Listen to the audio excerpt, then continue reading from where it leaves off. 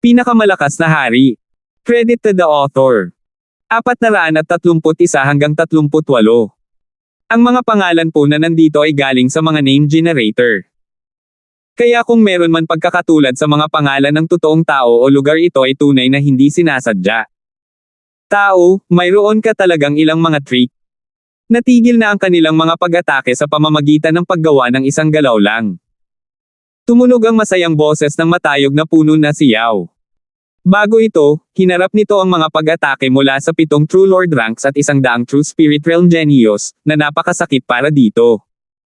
Nang lumipat si Francis, talagang binago niya ang sitwasyon. Sa puntong ito, 20 hanggang 30 henyo kabilang ang 2 True Lord ranks ang nahulog sa Illusion City Maze ni Francis. Ang Illusion City Maze ay itinayo sa mata ni Francis ng ilusyon at ito ay isang malawak na hanay ng kasanayan. Sa mga tuntunin ng kalaliman, ang Illusion City Maze ay hindi mas mataas kaysa sa Eye of Illusion, ngunit ang kahirapan nito ay isa itong malawak na mental energy skill at maaaring makahuli ng malaking bilang ng mga kaaway. Bago ito, si Francis ay pinaghigpitin ng kanyang paglilinang at hindi sinubukang gumawa ng ganoong kasanayan. Higit pa rito, ito ang unang pagkakataon na nakatagpo ni Francis ang mga kalaban na sinubukang manalo gamit ang mga numero. Karamihan sa mga nakalaban niya noon ay mag-isa o nasa maliit na grupo. Ang 4 na eye bloodline skills ay higit pa sa sapat. Ang Illusion City Maze ay ginawa sa ilalim ng sitwasyong ito. Ang Illusion City Maze ay partikular na ginawa upang labanan ang isang malaking bilang ng mga tao. Kahit gaano karami ang dalhin mo, ipapahinto ko pa rin sila at hindi na lumakad ng isang hakbang pa. Dama po si Francis sa sanga. Ang kanyang kaliwang mata ay parang walang limitasyong kailaliman at ang kanyang asul na buhok ay mahiwaga at masama sa hangin, na nagpapakita ng pagiging maharlika ng kanyang kadugo. Ang bagay ay ang Illusion City Maze ni Francis ay inilagay malapit sa gap sa Towering Tree at ang mga malapit dito ay maaaring mas maapektuhan. Higit pa rito, dahan-dahan pa ring pinapalawak ni Francis ang kanyang Illusion City Maze. Brother Tree, mas marami kang natutulungan, mas malakas ang eye bloodline technique ko. Isang ngiti ang lumitaw sa bibig ni Francis. Sa sandaling sinabi niya ito, naramdaman ni Francis ang isang mas malakas na surge of essence soul na pumasok sa kanyang mental energy world. Ito ang pinagmula ng matayog na puno Yao. Agad na nalinis ang kaluluwa ni Francis tulad ng pagbuhos ng ulan ng tagsibol. Ang pakiramdam na ito ay tulad ng pagbababad sa isang spa pool. Ang nakatagong at malalim na mga sugat ay maaaring gumaling. Magaling. Tuwang-tuwa si Francis. Sa pagtulong sa kanya ng Towering Tree, ang kanyang pag-unawa sa Wood Spirit Essence Soul ay naging 2 beses na mas epektibo. Sa sitwasyong ito, nagsimulang magsara ang kanyang mental energy level sa huling yugto na True Lord rank. Ang Illusion City Maze ay pinagsama at pinalawak. Ang bilang ng mga henyo na nahuhulog sa Illusion City Maze ay dumarami, ngunit ang bilang na nagpupumilit ay bumababa. Plop plop. Mayroong paminsan-minsang 1 o 2 henyo na nahuhulog at naging pataba ng matayog puno Yao. Sinadya ni Francis na lumabas at may mga depekto sa Illusion City Maze. Ang mga labasan at mga bahid na ito ay malapit sa lupa at ang mga nag-aakalang nakatakas sila ay talagang naglalakad sa mga pintuan ng kamatayan. Dapat nating patayin si Francis para mailigtas ang mga disipulo. Nanlamig ang mukha ni Yula na may layuning pumatay nang lumitaw ang isang transparent na espada sa kanyang kamay. Lumingon siya para harapin si Willa. Ang Francis ngayon ay iba sa nakaraan. Hindi bababa sa 2 late stage na True Lord ranks ang kailangan para magkaroon ng kumpiyansa. Nagtago si Francis sa kailaliman ng Towering Tree at nagkaroon ng advantage sa landscape. Ang normal True Lord ranks ay gagawing pancake bago pa man sila makalapit. Ang pangunahing bagay ay si Francis ay napakalakas at 2 sa kanyang 3 True Lord rank Ghost Corpses ang pumatay sa sinumang pinagbuhusan nila ng dugo. Kahit sa ilalim ng normal na mga pangyayari, tanging sina Yula at Willa lamang ang maaaring magbanta kay Francis. Sa pagharap sa mungkahi ni Yula, nagsimulang mag-alinlangan ang mukha ni Willa. Hindi. Ang boses ni Willa ay puno ng kawalan ng kakayahan. Bakit? Labis na nagulat si Yula. Yula, mukhang napuno ka ng galit at pagkakasala. Patayin si Francis. Patayin ang matayog na puno Yao. Ilang tao pa ang mamamatay kung gagawin natin ito. Worth it ba ang lahat ng ito? Mapagpas siya ang boses ni Willa. Napahinto si Yula. Tama, ang tatlong sekta ay nagbayad ng masyadong malaking halaga para patayin ang Towering Trio at ang Pure Moon Spiritual Sect ay nawala ng tatlong True Lord ranks kabilang si Yulo. Sa puntong ito, lumalala pa ang sitwasyon at ang malawak na hanay ng ilusyon ng enerhiya ng pag-iisip ni Francis ay nakakulong ng malaking bilang ng mga tao. Lahat ay nagkaroon ng pagkakataong mamatay. Lahat mula sa Moon Demon Palace. Retreat.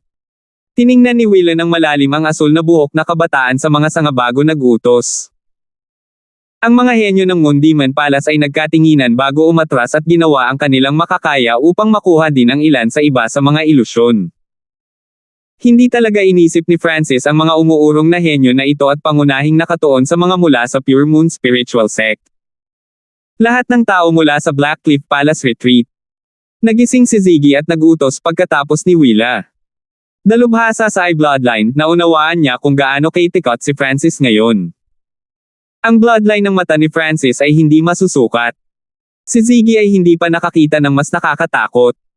Malamang ang 8 Great Gods ay lang ang makakasugpo kay Francis. Bukod pa riyan, ang level ng mental energy ni Francis ay lumampas sa normal na early stage na True Lord ranks at sa pagsuporta sa kanya ng Wood Spirit Essence Soul, ang kanyang enerhiya ay tuloy-tuloy.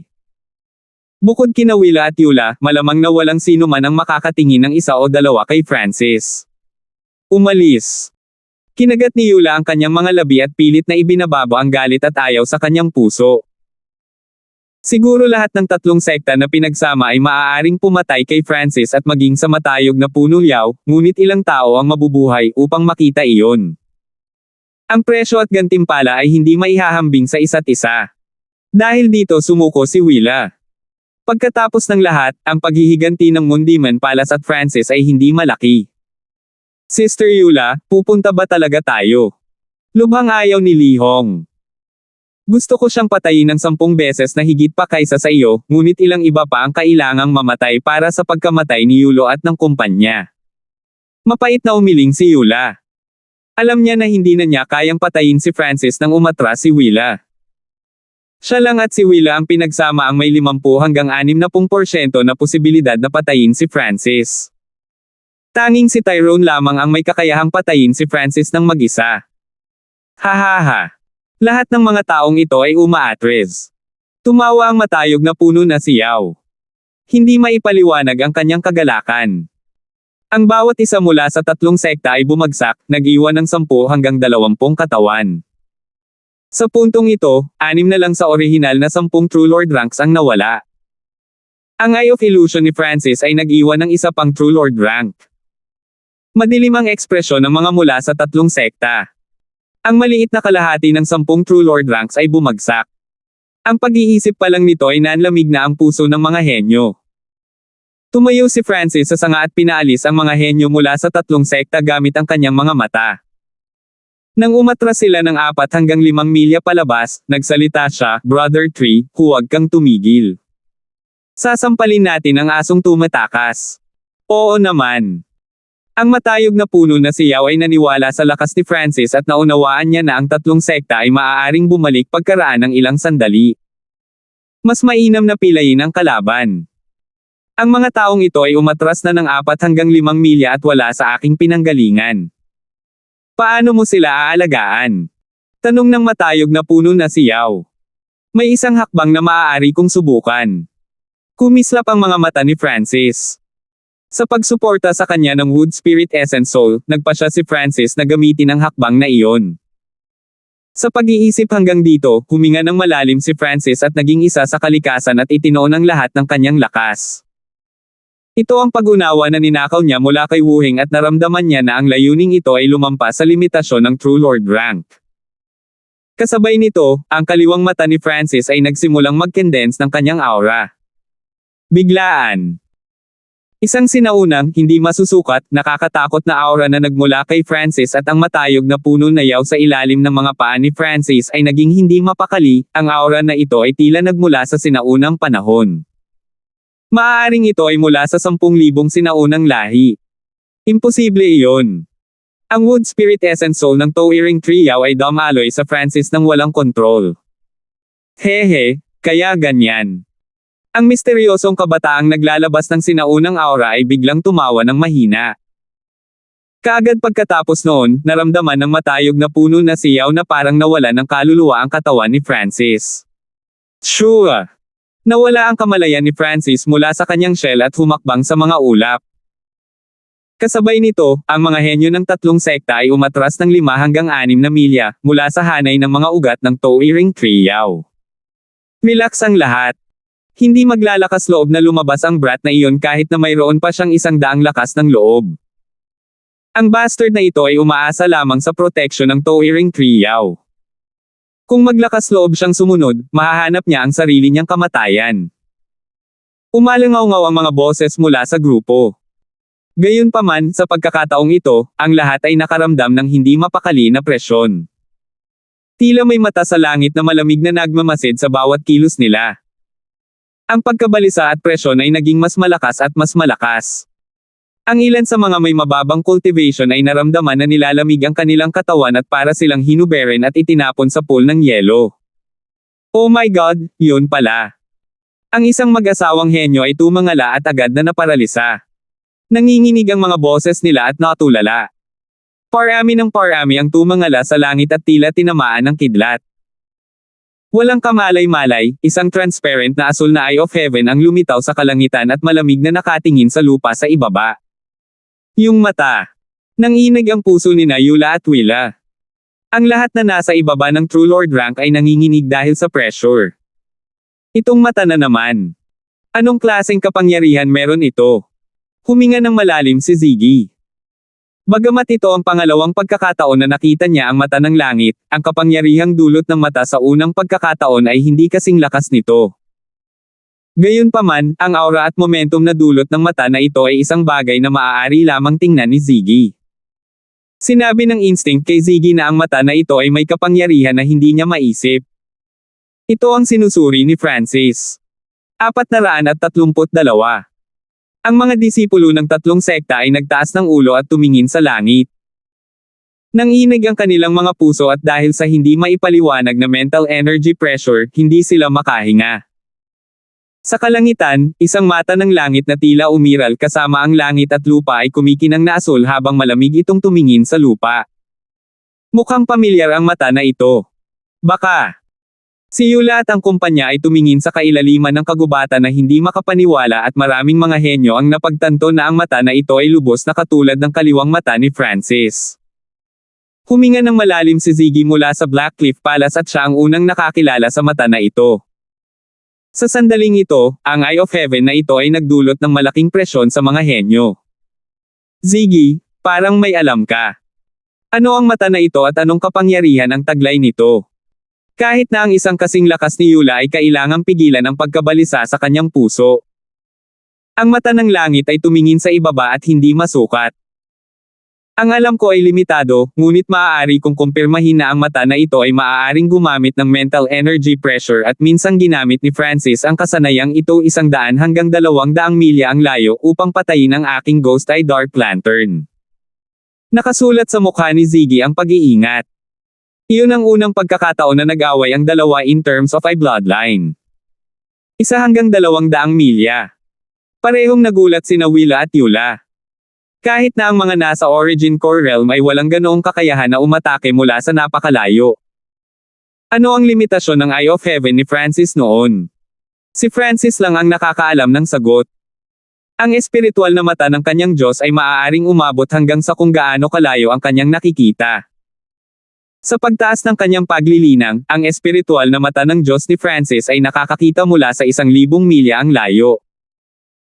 Kung wala ang mga paghihigpit sa kanyang mga pandama, walang kahirapan sa kanya na makakita ng 2,000 milya. Siyempre, ang layo ng kanyang nakita, mas maraming enerhiya ang ginamit. Sa ilalim ng mga normal na sitwasyon, hindi ito gagawin ni Francis. Ganyan ang feeling. Ang kamalayan ni Francis ay bumagsak sa mga ulap at pinagmasdan ng lupa sa ibaba. Parang minamaliit niya ang mundong nilikha niya. Ang paggawa lang nito ay nasa sabik na siya.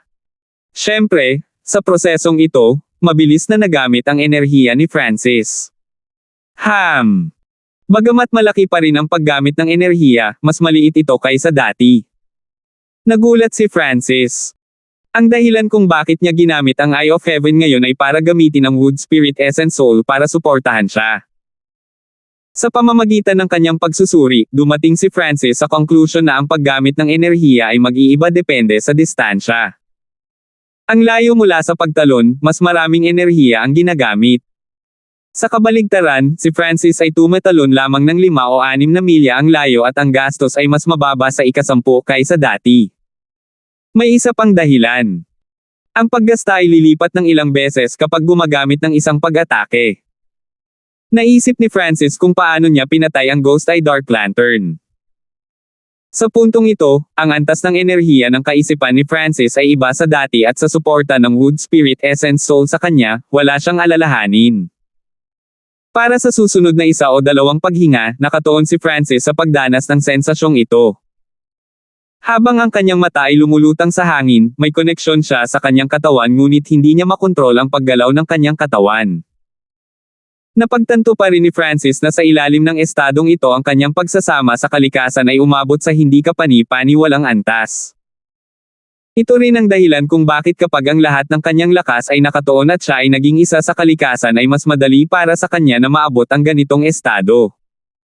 Bukod doon, ang kontrol ng God's spiritual eyes ni Francis ay mas mahusay dahil siya ay sumanib sa langit at lupa. Kahit isang soberano ay ililipat dito. Tingnan natin kung magagamit ko ang eye bloodline ko sa ganitong estado. Gumalaw ang puso ni Francis. Hindi na mamalayan, ilang hininga na ang lumipas at ang mga henyo ng 3 sekta ay hindi mapakali. Sila ay magalang at maingat sa mata ng langit. Ang hindi nakikitang presyon ay nanatili sa kanilang mga puso. Bastard Zhao, kung mayroon kang kakayahan, halika at lumaban. Ang isang bayani ay hindi nagtatago at nanunood mula sa malayo. Malamlam ang ekspresyon ni Li Hong. Ang hindi mapakali na panggigipit ay nag-ingat ngunit nagalit din siya. Tama. Kung may kakayahan ka, lumabas ka at lumaban ka. Sumangayon ang mga henyo ng 3 sekta. Lumitaw ang panunuya sa mata ng langit. Eye Soul Shooting Line. Isang misteryosong malamig na boses ang tumunog sa mental energy. Ang malaking mata ay tila naglalaman ng isang ice abyss na lumiwanag at naglabas ng isang sinag ng liwanag ng isang kamao na makapal. Shoo! Ang sinag ng liwanag ay kalahating transparent at hindi makuha ng spiritual sense habang lumilipad ito. Mag-ingat ka! Katutubong bulalas ni Yula. Sa sandaling iyon, umalangaw-ngaw ang langit ng malamig na Yuan Chi at ang orihinal ng kapangyarihang ito ay nagmula sa Eye of Heaven. Ang pag-atake ay mabilis na kidlat at puno ng yelong Yuan Chi. Kasabay nito, nagpalabas ito ng eleganteng, sinaunang aura. Huang! Si Li Hong ay hindi makapag-react at ang sinag ng liwanag ay tumago sa kanyang katawan at kaluluwa. Hindi niya akalain na ang Eye of Heaven ay maaaring direktang umatake at napakabilis. Ang radius na 1 milya sa paligid ng Li Hong ay nagyelo at ang lugar ay tila natural na malamig. Naninigas ang katawan ni Li Hong at nanatiling nakabuka ang kanyang bibig. Kaagad pagkatapos nito, ang kanyang katawan ay nagsimulang mag-freeze sa isang estatwa. Hindi ko akalain na kaya pala ng Eye of Heaven na mapataas pa ang kapangyarihan ng mga eye bloodlines ko. Nanatili ang tingin ni Francis sa kalangitan. Ang enerhiya na ginamit sa pag-atake na iyon ay napakalaki at ito ay ilang beses sa karaniwan. Gayunpaman, ang epekto nito ay napakalinaw din. Ang Eye of Heavens ay sumanib sa kalangitan at lubos na nadagdagan ang halaga ng Yuan Chi na ipinatawag. Sa estadong iyon, ang estado ng antas ng enerhiya ng isip ni Francis ay lumampas sa kanyang normal na limitasyon. Tao, ang aking pinagmulang kapangyarihan ay mabilis na kumukupas. Tumunog ang malungkot na boses ng matayog na puno na si Yao. May mga pagkalugi kapag may mga reward. Hindi ba tinapos ko lang ang late stage na True Lord rank? Si Francis ay nanatiling hindi natinag. Sa normal na mga pangyayari, hindi siya maglalakas loob na subukan ito ng madali ngunit ngayon ay mas malakas ang kanyang mental energy level kaysa sa normal na early stage True Lord ranks at may suporta ng Wood Spirit Essence Soul. Sa prosesong ito, mabilis na na-absorb ng God's spiritual eye ni Francis ang kapangyarihan ng Wood Spirit Essence Soul. Weng! Ang kaluluwa ni Francis ay muling napuno at nakakuha ng pangunawa mula sa Wood Spirit Essence Soul. Sa ilang paghinga lang, mabilis na tumaas ang kaluluwa ni Francis. Ang Wood Spirit Essence Soul ay talagang tumutupad sa pangalan nito na maging kapaki-pakinabang para sa mga nasa Origin Core Realm na sinusubukang maunawaan ang landas patungo sa Void God Realm. Ang puso ni Francis ay napuno ng kaligayahan. Malapit sa lupa. Kuya Lihong. Bulalas ng mga henyo mula sa Pure Moon Spiritual Sect. Napanood nila ang Eye of Heaven na naglabas ng isang sinag ng liwanag at pinalamig si Lihong sa isang ice block. Kuya Lihong. Lahat ay sumigaw at natunaw ang yelo na nagpapalamig sa kanya, ngunit si Lihong ay walang anumang reaksyon. Hindi pa ganap na nawala ang aura ng buhay sa kanyang katawan, ngunit wala siyang reaksyon. Ang matinding malamig na pag-atake ay nagpalamig sa kanyang isipan para sa kawalang hanggan. Maliban kung dumating ang isang hari sa Void God Realm, walang makakapagligtas sa kanya. Huminga ng malamig si Ziggy. Malamang na walang makakaligtas sa paglipat na iyon noon. Si Lihong sa huling yugto ng True Lord rank ay natapos sa isang tingin at maging sina Eula at Willa ay mayroon lamang 50% na pagkakataong mabuhay. Ang mga puso ng mga henyo ay agad na nayanig at ang ilan ay yumuko pa bilang paggalang sa mata sa langit. Magpahinga ang lahat. Ang pamamaraang ito ay hindi maaaring gamitin ng maraming beses. Si Ziggy ay medyo sigurado. Nawala sa kanya ang halos lahat ng kanyang lakas sa pakikipaglaban at malamang na hindi mag-aaksaya si Francis ng anumang lakas para tapusin siya. Ngayon, sa 6 na True Lord ranks, 4 lang ang may kakayahang makipaglaban. Parehong walang magawa sina Ziggy at Lihong. Umalis. Umalis sa kanya na ito. Nagpalitan ng tingin sina Eula at Willa habang matalim ang tingin nila sa Eye of Heaven bago mabilis na umatras. Sure. Ang mata ng langit ay nawala sa mga ulap. Woo! Nagpakawala ng mahabang hininga si Francis nang bumalik ang kanyang kamalayan sa kanyang katawan. Ang paglipat noon ay tumagal lamang ng ilang paghinga, ngunit 30 hanggang 40% ng kanyang eye bloodline energy ay nagamit at ito ay kasama ng Wood Spirit Essence Soul na sumusuporta sa kanya. Sa ilalim ng mga normal na sitwasyon, hindi ito gagamitin ni Francis ng ganoon kadali. Tao, 1/4 ng aking Wood Spirit Essence Soul ang ginamit noon. Ang matayog na puno na si Yao ay kalahating nag-aalala at kalahating masaya. Masaya na ang True Lord ranks mula sa 3 sekta ay humina ng higit sa kalahati, ngunit nakakalungkot na maraming enerhiya ang ginamit. Ang halaga ng 1/4 ng Wood Spirit Essence Soul ay hindi nasusukat. Ang isang bahagi nito ay hinigop ni Francis habang ang isa pang bahagi ay ginamit. Sa sandaling ito, Brother Francis, malapit nang bumaba ang Rowan's Treasured Palace, ngunit may isang masamang balita. Papalapit na si Tyrone na nangunguna sa 10 True Lord ranks. Ang boses ni Angelica ay narinig sa kanyang isipan. Tyrone. Gumalaw ang puso ni Francis. Ang taong ito ang pinakamalakas na henyo sa mga nakapasok sa Rowan's at tila, ang kanyang cultivation ay umabot sa kalahating hakbang na Origin Core Realm. Sure.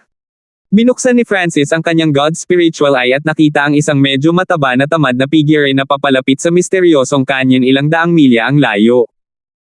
Ang kakaibang hangin sa labas ng mahiwagang canyon ay sapat na upang harangan ang mga yapot ng True Lord rank. Ikinaway ng tamad na binata ang kanyang kamay. Boom! Isang gininto ang palad ang nagbukas ng landas sa pamamagitan ng hangin ng misteryosong canyon. Ang pinakamalakas na hangin doon ay maaari pang magwasak ng True Lord ranks, ngunit ang taong ito ay nasira lang sila. Nanginig ang puso ni Francis. Isang casual na galaw mula sa kabataan ang lumikha ng kapangyarihan na lampasan ng True Lord rank. Mas malakas pa ito kaysa sa Eye of Heaven ni Francis. Kuya Lord. Bulalas ng mga umaatres na disipulo mula sa Pure Moon Spiritual Sect. Tyrone.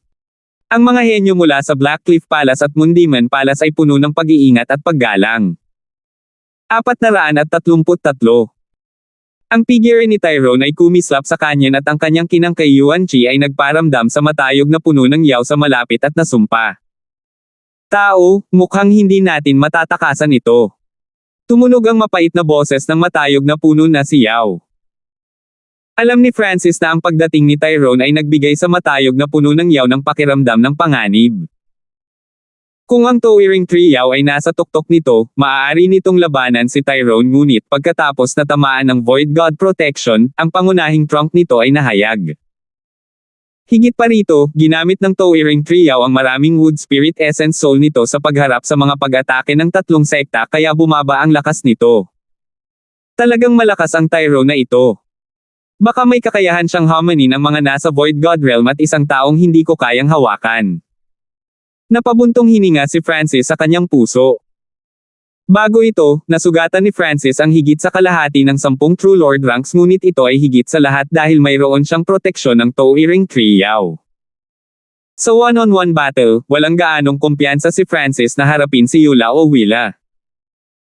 Pagkatapos ng lahat, ang lakas ng labanan ng dalawang ito ay maihahambing man lang sa Deputy Patriarch ng Iron Blood Religion at maaari nilang homanin ang normal na kalahating hakbang na Origin Core Realm. Ang lakas ni Tyrone ay umabot sa ibang antas. Sa pamamagitan ng inspeksyon ng kanyang God Spiritual Eye, nakita ni Francis na ang bawat aksyon ni Tyrone ay naglalaman ng puwersa ng lupa. Dahil dito ang kakaibang hangin ay maaaring mapunit ni Tyrone ng basta-basta. Parehong hindi ito magagawa ni Eula at Willa. Brother Tree, hindi natin kailangang ipaglaban ang isang tao na hindi natin kaya. Ang mga guho ng Treasured Palace ay lilito sa lalong madaling panahon. Kailangan mo lang ibigay ang lahat ng iyong suporta at ipaubaya sa akin ang iba. Kalmado pa rin ang boses ni Francis, ngunit sa parehong oras, nakaramdam siya ng panganib. Kung hindi dahil sa katotohanan na ang Roland's Treasured Palace ay tiyak na bababa, si Francis ay tumakas na noon pa man. Ang pananatili sa likuran ay mangangahulugan lamang ng kamatayan. Ang pakikipaglaban kay Tyrone at sa iba pang True Lord ranks ay katulad ng paghamon sa isang Origin Core Realm Sovereign. Ano ang pagkakaiba sa pagitan ng panliligaw sa kamatayan at paghamon sa isang soberano? Tao, marami ka nang naibigay na sorpresa sa akin. Sana, ipagpatuloy mo ito. Nag-stabilize ang emosyon ni The Towering Trio habang ipinapaikot niya ang kanyang Wood Spirit Essence Soul para suportahan si Francis. Sa sandaling ito sa oras, wala itong pakialam kung gaano karaming enerhiya ang ginamit. Pagkatapos ng lahat, ito ay mas mabuti kaysa sa maalis sa planetang ito. Sa parehong oras, nakilala ni Tyrone ang mga henyo ng Pure Moon Spiritual Sect. Nang makita ang mga figure ng tatlong sekta ay natigilan si Tyrone, ano ang nangyari? Sa 10 True Lord ranks, bukod sa kanya, narito rin ang number 2 at 3. Ang pagkatalo ng Pure Moon Spiritual Sect ay ikinagalit ni Tyrone. Sa tatlong sekta, ang Pure Moon Spiritual Sect ang pinakamaraming natalo. Si Yulo ay namatay, si Lihong ay kapareho ng patay at may iba pang True Lord ranks at True Mystic ranks na namatay. Kuya Lo, dumating ka sa tamang oras. Halos tiyak na mapapatay ang brat na iyon. Tuwang-tuwa si Eula. Mas nagulat si Tyrone. Ang karaniwang kalmado na si Sister Eula ay puno ng layuning pumatay. Hindi nagtagal, sinabi ni Eula ang totoo kay Tyrone. May nangyaring ganyan. Nang marinig ito, nagalit si Tyrone. Kailan napahiya ang mga core na disipulo ng Pure Moon Spiritual Sect sa ganoong antas? Relax ka. Hintayin kong patayin ko ang bastard na iyon. Nawala ang katamaran ni Tyrone nang ang kanyang dalawang mata ay naging kasing liwanag ng buwan. May mga linya ng dugo sa kanila at para siyang Diyos ng pagpatay. Sa pagkakataong ito, may naramdaman si Tyrone at tumangala sa langit. Shua! Isang asul na mata ang lumitaw sa langit at tila umiral kasama ng langit at lupa habang malamig itong tumingin sa kanya. Ito ang bloodline ng mata ng bastard na iyon. Wala pa akong nakita o narinig na katulad nito. Napatalon si Tyrone sa takot. Naisip niya na ito ay ang inapo ng isa sa mga mata ng Diyos. Kung ito ay isang tunay na tagapagmana ng 8 Great God Eyes, maging si Tyrone ay magiging solemna. Sa puntong ito ng oras, ang mata sa ulap ay malamig na tumitig at naglabas ng hindi maipaliwanag na presyon. Bukod kay Tyrone, ang bawat ibang tao ay nakadama ng matinding presyon. Pagkatapos ng lahat, ang mental energy ni Francis mismo ay umabot na sa huling yugto ng True Lord rank at mayroon siyang suporta ng Wood Spirit Essence Soul. Ang kanyang layunin ay hindi gaanong naiiba sa akin, ngunit mayroon itong isang bagay na tila hindi ko maintindihan. Tumayo si Tyrone at ang kanyang mga mata ay parang gintong buwan na namuno sa pinakamataas. Bagamat hindi siya gumagalaw, pinalibutan siya ng whirlpool ng Heaven Earth Yuan Chi at nagdala ng hindi mapaglabanan na kapangyarihan ng kalikasan. Sirain. Isang makinang na gintong buwan ang lumitaw sa palad ni Tyrone at bumaril patungo sa kalangitan. Ang mga henyo ng tatlong sekta ay lahat ay nagpipigil ng hininga nang ipakita nila ang nabigla nilang mga ekspresyon. Ang pagkilos ni Tyrone noon ay may kapangyarihan na madaling sirain ang isang nayon at maging ang aura mula sa mata ng langit ay pinigilan. Shoo! Ang gintong buwan ay nagdala ng mapanirang kapangyarihan sa lugar kung saan naruroon ang Eye of Heaven at kahit saan sa loob ng 3 hanggang 4 na milya ay nababalot. Maging ang matayog na puno na si Yao ay naramdaman ang panginginig at ang pagsipol ni Yuan Chi ay nagpanginig sa mga sanga nito. Nang matapos ang lahat, bagamat nabasag ang mga ulap sa kalangitan, ang Eye of Heaven ay maayos pa rin at tumingin kay Tyrone ng may mapaglaro. Tyrone, ang mata na ito ay isang walang laman na pag-iral at ang mga pag-atake sa ilalim ng Void God Realm ay hindi talaga kayang sirain ito. Ang pinakasimpleng paraan ay ang patayin ang bastard na iyon. Narinig ang mahinang boses ni Ziggy. Ang pag-atake ni Tyrone ay napakalakas, ngunit ito ay ginamit ng mali at walang pinagkaiba sa pag-atake sa hangin. Maliban na lang kung ito ay isang dalubhasa sa Tao of the Soul o may bloodline na maihahambing kay Francis, napakahirap na sirain ang Eye of Heaven. Kawili-wili. Si Tyrone ay hindi masyadong nagulat. Ang Eye of Heaven ay nagbigay sa kanya ng pakiramdam na hindi ito masisira, ngunit si Tyrone ay hindi madaling sumuko. Pagkatapos noon, nagpadala siya ng isa pang 2 pag-atake sa Eye of Heaven na nagpanginig sa mga henyo sa malapit. Gayunpaman, ang lahat ng mga pagtatangka na ito ay natapos sa kabiguan. Ang mata ng langit ay makikita pa rin at nagdulot ng higit na presyon sa kanila. Nakakatawa. Hindi na ito napigilan ni Tyrone. Hindi siya makatiis na mababa ang tingin sa kanya. Kuya Lou, dalian mo at patayin ang bastard na iyon. Hindi pa rin umaatres si Francis pagkatapos mong makitang dumating ka. Nag-aalala akong may mangyari. Hindi mapalagay si Yula. Ito ay isang instinct na nagmula sa pakikipag-ugnayan kay Francis.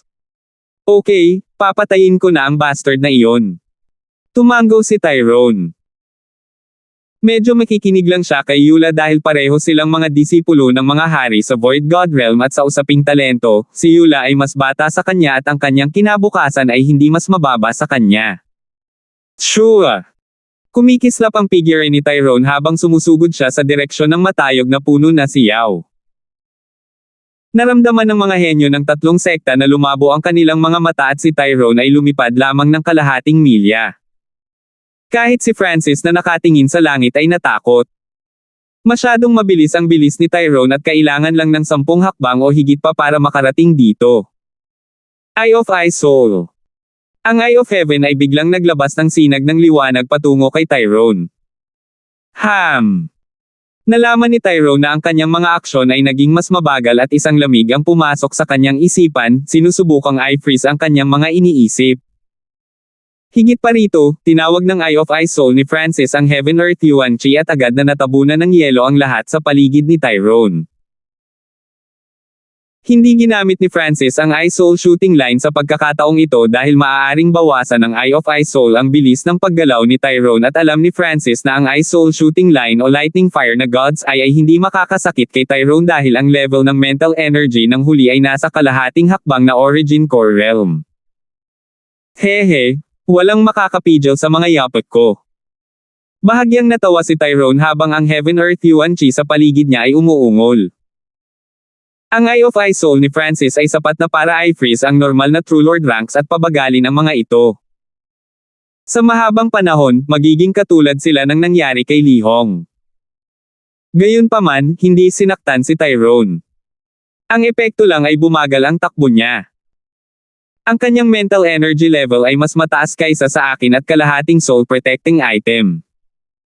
Malinaw na nakita ni Francis ang kanyang Eye of Heaven.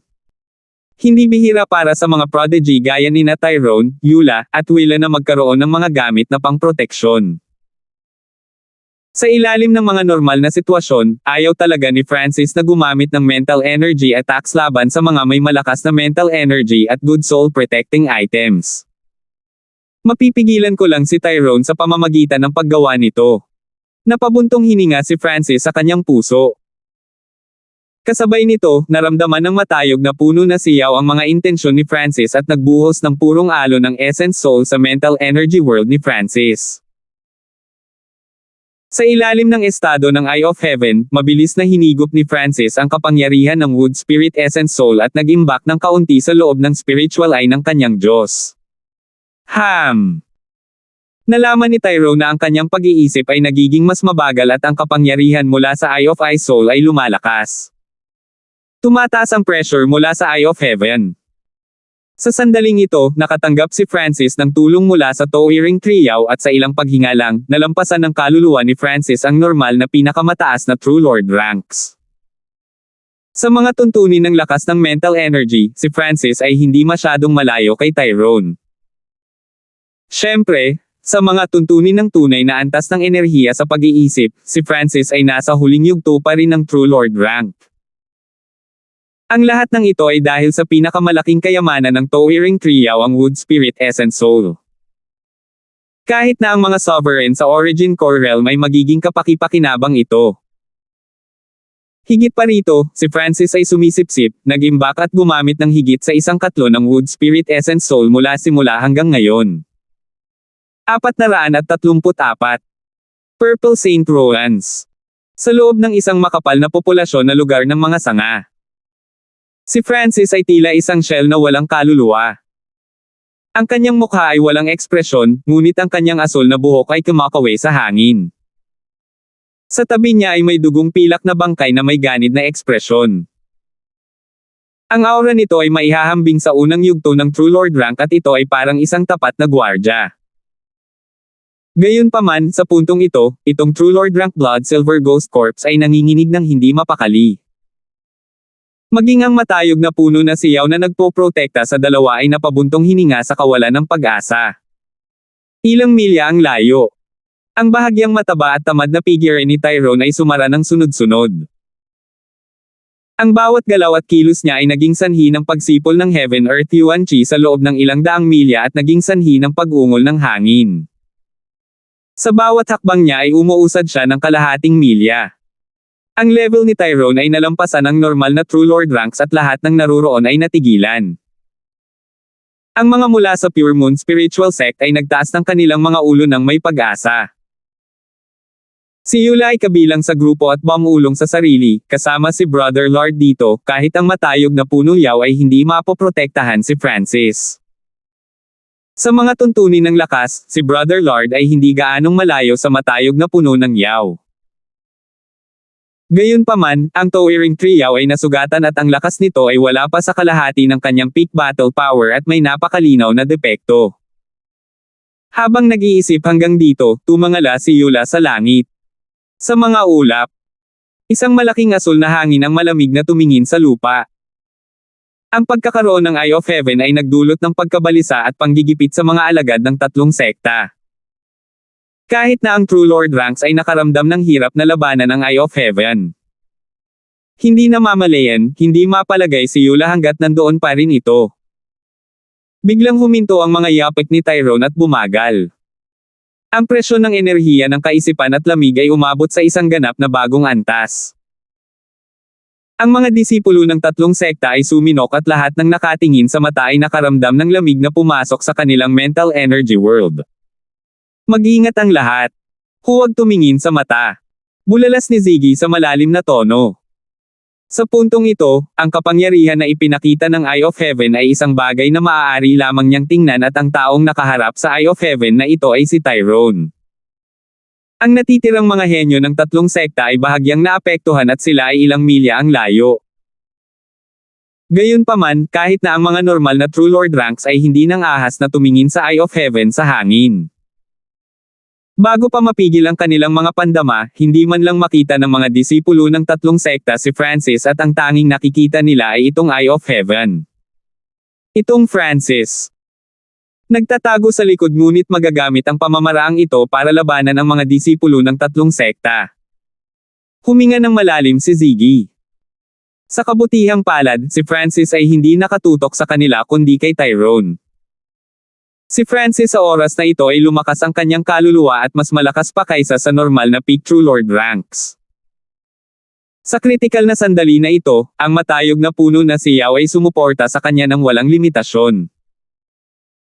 Sa ilalim ng Eye of Heaven state, mabilis na hinigop ng God's spiritual eye ni Francis ang Wood Spirit Essence Soul at pinahintulutan ang kanyang kaluluwa na lumaki ng mabilis.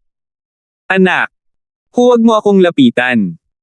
Umuungal si Tyrone habang ang hangarin ng pagpatay ay nagkatotoo sa kanyang gininto ang mga mata sa buwan. Gayunpaman, ang kanyang mga iniisip at katawan ay tila nahulog sa isang nagyayelong lawa at siya ay napakabagal at naninigas. Ang bawat aksyon niya ay tatagal ng ilang beses na mas matagal kaysa dati. Ang ikinagalit ni Tyrone ay nabagamat mayroon siyang walang katulad na lakas sa pakikipaglaban, hindi pa niya nakita kung ano ang hitsura ng kalaban. Ang pakikipaglaban sa himpapawid ay ang pinakamahusay na kakayahan ng Eye of Heaven. Kahit saan makita ng espiritual na mata ng Diyos, maaaring lumitaw ang mata ng langit. Ang maalamat na pagpatay ng mga tao mula sa 1,000 milya ang layo ay isang katotohanan kay Francis. Higit pa rito, ang espiritual na mata ng Diyos ay puno ng hindi nahaharang na mga pamamaraan. Ang mga disipulo ng tatlong sekta sa likuran ay tumingin sa pag-unlad ni Tyrone ng may pagtataka. Hahakbang siya pagkatapos ay huminto sandali habang dahan-dahan siyang lumalapit sa matayog na puno ng yaw. Ito ay isang invisible clash of powers. Bawat hakbang na ginawa ni Tyrone, ang tagumpay ay nagiging isang hakbang na mas malapit. Kung lalapit si Tyrone, hindi ako makakalaban. Nasa langit ang kamalayan ni Francis habang nakatingin siya sa ibaba. Ang kanyang mental energy level ay halos hindi na umabot sa antas kung saan makakalaban niya si Tyrone. Gayunpaman, sa mga tuntunin ng lakas ng labanan, halos may kakayahan si Tyrone na hamanin ang mga nasa Origin Core Realm. Kahit papaano ang Iron Blood Religion Deputy Patriarch at Grand Elder of the Imperials ay hindi niya katapat. Kapag nakalapit na si Tyrone, si Francis ay nasa panganib. Sa kabutihang palad, ang target ni Francis ay hindi labanan si Tyrone at ang mga disipulo ng tatlong sekta. Isang himala na para sa kanya na itulak pabalik ang 100 disipulo ng tatlong sekta at patayin ang marami sa 10 True Lord ranks. Inutusan ni Francis ang dugong pilak na bangkay sa tabi niya na sumigaw palabas. Bagamat sinusubukan niya ang kanyang makakaya, lumalapit pa rin si Tyrone. Nang malapit na si Tyrone sa 100 hanggang 200 yarda, ang pilak ng dugong True Lord rank ghost na bangkay ay lumabas. Shit! Ang batang ito. Bahagyang pangit ang ekspresyon ni Ziggy dahil sa kanya ang bangkay na ito ng multo kamakailan. Nang makitang tapos na ang True Lord rank Ghost Corpse, tiningnan lang ito ni Tyrone at hindi ito inilagay sa kanyang mga mata. Bagamat siya ay pinaghihigpitan ng Eye of Ice Soul, ang normal na True Lord ranks ay maaari pa ring mapatay sa pamamagitan ng isang pitik ng kanyang mga daliri. Mata ng ilusyon. Ang Eye of Heaven ay biglang naglabas ng surge ng mental energy sa hangin. Naramdaman ni Tyrone na parang ang Eye of Heaven ay lumawak sa kabilang panig ng mundo. Sure! Nanginig ang puso ni Tyrone at nakatayo siya ngayon sa isang walang limitasyong lugar na puno ng yelo. Isang kulungan ng kidlat at yelo ang nagpabihag sa kanya at ginapos siya ng sunod-sunod na kedena habang patuloy na sumikip ang kanyang katawan. Ikaw ang Francis. Nanliit ang gintong mga mata ni Tyrone habang nakatingin sa asul na buhok na kabataang nasa harapan niya. Simula pa lang ng una nilang salpukan, ito ang unang beses na nakita niya ang kalaban at malabo pa rin ito. Walang nakakaalam kung sinadya ba ito o hindi, ngunit hindi pa rin nakikita ni Tyrone ang mukha ni Francis. Nangangahulugan ito na hindi pa nakikita ni Tyrone ang totoong Francis, ngunit alam ng kalaban kung ano ang hitsura niya. Sa pag-iisip hanggang dito, naramdaman ni Tyrone kung gaano kaitekot ang taong ito. Hindi nakakagulat na maaari niyang pilitin ang mga disipulo ng tatlong sekta na umatras at ang 10 True Lord ranks na magsama-sama. Break. Ang mga gininto ang mata ni Tyrone ay kumikinang habang ang isang surge ng matalim na layunin ay bumasag sa Eye of Illusion ni Francis. Napakalakas ng intensyon ng enerhiya sa pag-iisip. Direktang nabasag nito ang aking Eye of Illusion. Naantig si Francis habang nakatingin sa ibaba. Naramdaman lang niya ang katulad na layunin mula kay Trevor. Bagamat ang layunin ng mental energy ni Tyrone ay hindi kasing kakaiba ni Trevor, ang kanyang mental energy level at cultivation ay mas mataas. Kasabay nito, ang dugong pilak na bangkay ay bumagsak patungo kay Tyrone. Eye Soul Shooting Line. Isang sinag ng malamig na liwanag ang tumama kay Tyrone. Huwang! Bahagyang nanginig ang figure ni Tyrone habang ang isang malakas na sinag ng malamig na puwersa ay tumama sa kanyang kaluluwa. Sa ilalim ng estado ng Eye of Heaven, ang antas ng enerhiya at kapangyarihan ni Francis ay umabot sa maximum. Dahil sa walang limitasyong suporta ng Towering Trio, si Francis ay maaaring tumagal hanggang ngayon at patuloy na lumaban. Atake. Tumalo ng puso ni Francis. Ito ay isang perpektong pagkakataon para sa dugong pilak na bangkay na salakayin si Tyrone. Sa pagkakataong ito, tinamaan si Tyrone ng Eye Soul Shooting Line at ang kanyang katawan ay nanlamig, hindi makapag-react. Ibinuko ng dugong pilak na bangkay ang bibig nito at kumagat kay Tyrone. Huwang! Isang malabong gininto ang chi ng True Spirit ang biglang bumukas at pinalipad ang dugong pilak na bangkay. Basag! Nabali ang isang braso ng bangkay at halos mahati ang katawan nito sa dalawa. Paano ito posible? Ni hindi nito masisira ang chi ng True Spirit Protection. Naging solemn na ang puso ni Francis. Si Tyrone ay unang ikinulong ng Eye of Illusion sa isang maikling sandali at pagkatapos ay natama ng Eye Soul Shooting Line at ang pagkakataong ito ay ganap na nahawakan ng dugong pilak na bangkay. Ang lahat ng oras na ito ay ganap na nakuha ni Francis ngunit hindi niya naisip na ang Blood Silver Corpse ay hindi man lang masira ang protective chi ng True Spirit ni Tyrone at halos masira sa halip. Mula dito, makikita ng isa kung gaano kalakas ang lakas ng labanan ni Tyrone. Halos maabot na niya ang Origin Core Realm level. Hindi nakakagulat na makakaligtas siya mula sa pagtugis ng isang hayop sa Origin Core Realm. Sirain. Ikinaway ni Tyrone ang kanyang palad at ang dugong pilak na bangkay ay nagkawatak-watek sa pamamagitan ng isang kislap ng gintong buwan. Boom! Ang True Lord Rank Blood Silver Corpse ay nabasag at isang malakas na alon ng gininto ang hangin ang dumaan sa lahat sa loob ng 1 milya hanggang 2 milyang radius at maging kung saan naroon si Francis. Ang bastos na ito. Ginagamit ang bangkay ko bilang kumpay ng kanyan. Si Ziggy sa likod ay nagngangalit ang kanyang mga ngipin. Sure. Bumalik ang kamalayan ni Francis sa kanyang katawan. Mapatla ang kanyang mukha at bahagyang nanginginig dahil sa malakas na bugzo ng gininto ang hangin. Walang ekspresyon si Francis matapos mawala ang isang True Lord Rank Ghost Corpse. Seng! 2 Dark Silver Poison Corpses ang lumitaw malapit kay Francis. Bukod doon, may lumitaw na maliit na alakda na kasing laki ng palad sa kanyang kamay. May mga tuldok ang katawan nito, ngunit ang mga mata nito ay pula at malamig. 435. Ang tuldok-tuldok na maliit na alakda na ito ay ang nakita ni Francis sa kuweba. Ang ranggo ng bloodline ng batang alakda na ito ay hindi mas mahina kaysa sa mga sinaunang higanteng alakdan at ito ay isang iba't ibang uri na ang hinaharap ay hindi nasusukat. Bagaman ang lakas ng alakda na ito ay hindi maaaring banta sa mga nasa True Spirit Realm, namana nito ang lahat ng laso ng sinaunang Scorpion at marahil ay mas malakas pa. Naningkit ang mga mata ni Francis. Sa teorya, ang laso ng batang alakdan ay kayang patayin ang mga nasa True Spirit Realm, ngunit sa kondisyon na nagawa nitong hiwain ang balat ng kalaban at kuhaan muna ng dugo. Ang isa pang bentahe ng batang alakdan ay maliit ito at madaling baliwalain. Sa pag-iisip hanggang dito, mamantong hininga si Francis sa kanyang puso.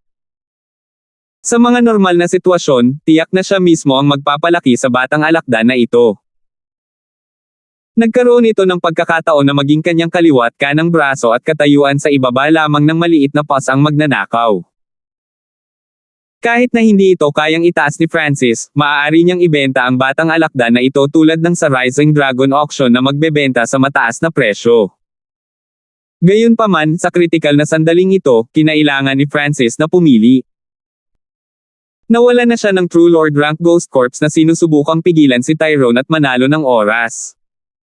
Ang pagkawala ng Silver Blood Ghost Corps ay nagbigay daan kay Francis na mas maunawaan ang lakas ni Tyrone. At ngayon ang dalawang Dark Silver Poison Corpses at batang alakdan ni Francis ay maaaring kailangang isakripisyo. Gayunpaman, hindi masyadong nag-alinlangan si Francis dahil mas malaki ang halaga ng mga benepisyo mula sa Towering Triao. Ang Wood Spirit Essence Soul ay nagpalakas sa kaluluwa ni Francis sa pinakamataas na True Lord rank at lubos na nagpapataas ng kapangyarihan ng mata ni Francis. Karamihan sa True Lord rank sa ilalim ng Origin Core Realm ay hindi kayang pigilan ang eye bloodline ni Francis. Higit pa rito, kahit na ito ay pansamantalang pagtaas lamang, ang Wood Spirit Essence Soul ay naglalaman ng mga batas ng buhay na inimbak ng espiritual na mata ng Diyos. Sa mga benepisyong ito, si Francis ay nagkaroon ng higit sa 10 beses na mas mataas na pagkakataon na makapasok sa Origin Core Realm kaysa sa iba pang normal na True Lord ranks. Kung ikukumpara dito, ang pagkawala ng isa o dalawang True Lord rank Ghost Corpses o ang batang alakdan ay wala. Ang mga mata ni Francis ay kalmado at gumawa ng mga mapagpasyang pagpili. Meow meow. Ang munting pasang magnanakaw ay biglang sumulpot sa kanyang balikat. Ang laki nito ay bahagyang mas malaki kaysa sa mga batang alakdan. Gusto mong atakihin. Nakipag-usap si Francis sa maliit na pasang magnanakaw. Sa sandaling ito, naka-recover na si Tyrone at papalapit na sa matayog na puno ng yaw. Itinaas niya ang kanyang palad at lumitaw ang isang gintong kinang na dumurog sa mga sanga. Boom pang!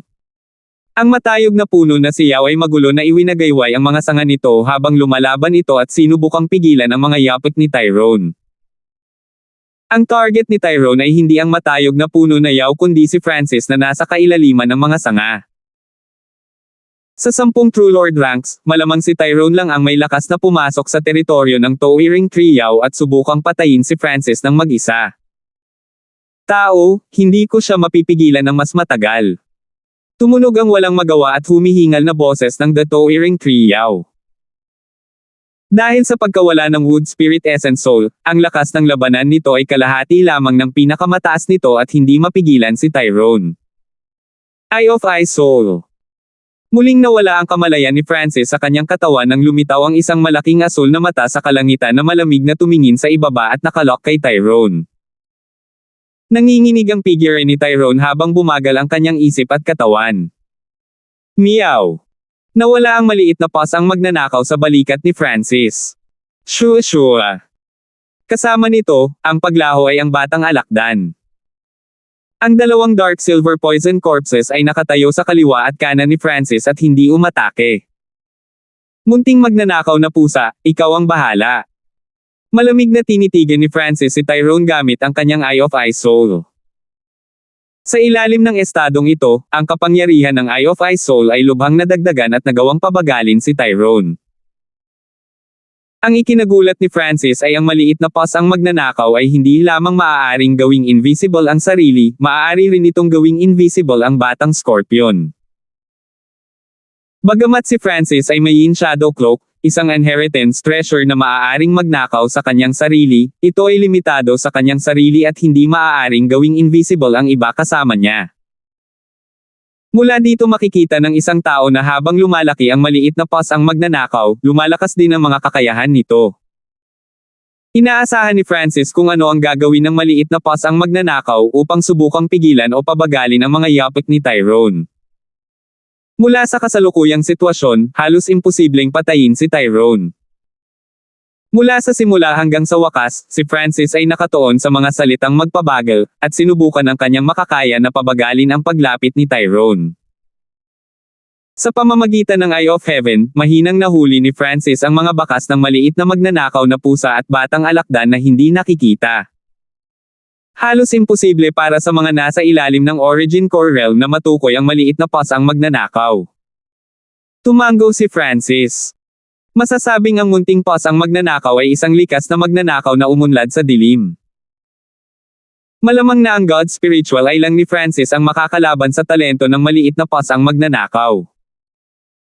Kahit na ang maliit na magnanakaw na pusa ay nasa loob ng 20 yarda ng Tyrone, ang huli ay walang nalaman. Sa pagkakataong ito, nanikip ang puso ni Francis. 20 yarda. 15 yarda. 10 yarda. Kinuha ng maliit na paws ang magnanakaw ang batang alakdan at nilapitan si Tyrone. Noong 5 o 6 na yarda lang ang layo ng maliit na paws ang magnanakaw ay tila may nakita si Tyrone. Pagkatapos ng lahat, ang kanyang cultivation ay umabot sa kalahating hakbang na Origin Core Realm at halos lumampas na sa True Spirit Realm. Kahit nakakulong siya ng Eye of Ice Soul ay may naramdaman siya. Ang mga aksyon ni Tyrone ay hindi nakaligtas sa mga mata ni Francis. Nanginig ang puso ni Francis. Alam niya kung gaano nakakatakot si Tyrone at ang sirkulasyon ng kanyang nagpo-protektang chi ng True Spirit ay nagawang pumatay ng ilang mas mahihinang True Lords. Sa puntong ito, ang kailangan lang gawin ni Tyrone ay ilabas ang kanyang chi of True Spirit at sapat na iyon para patayin ang maliit na paws ang magnanakaw at ang batang alakdan. Ang tunay na lakas ng pakikipaglaban ng maliit na magnanakaw na pusa ay halos malapit lamang sa True Lord rank at dalubhasa sa talento at kakayahan nito. So, ang maliit na paws ang magnanakaw at batang alakdan ay biglang nagpakita ng kanilang mga sarili at kinasuhan si Tyrone. 5 yarda. 4 na yarda. 3 yarda. Mabilis na pumasok ang maliit na paws ang magnanakaw. Ang bilis ng batang Scorpion ay halatang hindi kasing bilis ng maliit na paws ang magnanakaw ngunit ginamit ng huli ang Mystic Snake Blood Whip nito upang balutin ang batang alakdan at mabilis na lumipad patungo kay Tyrone. Ang distansyang 4 hanggang 5 yarda ay wala pang kalahating hininga para sa maliit na paws ang magnanakaw. Sa pagharap sa biglaang pagsulpot ng maliit na paws ang magnanakaw, hindi nagawang umiwas o nakaiwas si Tyrone dahil ikinulong siya ng Eye of Ice Soul. Isa pang paparating na mamatay. Napaawang ang bibig ni Tyrone sa panunuya. Hindi niya naisip na umiwas dahil nabawasan ang kanyang bilis at naroon pa rin ang kanyang protective chi ng True Spirit. Kapag malapit na ang maliit na paws ang magnanakaw at ang batang alakdan ay maaaring patayin ni Tyrone ang dalawa gamit lamang ang kanyang protective chi ng True Spirit. Munting paws ang magnanakaw, dapat mong malaman na hindi mo masisira ang depensa ni Tyrone gamit ang iyong kapangyarihan. Nanatili pa rin ang mata ni Francis sa langit at tumingin sa ibaba.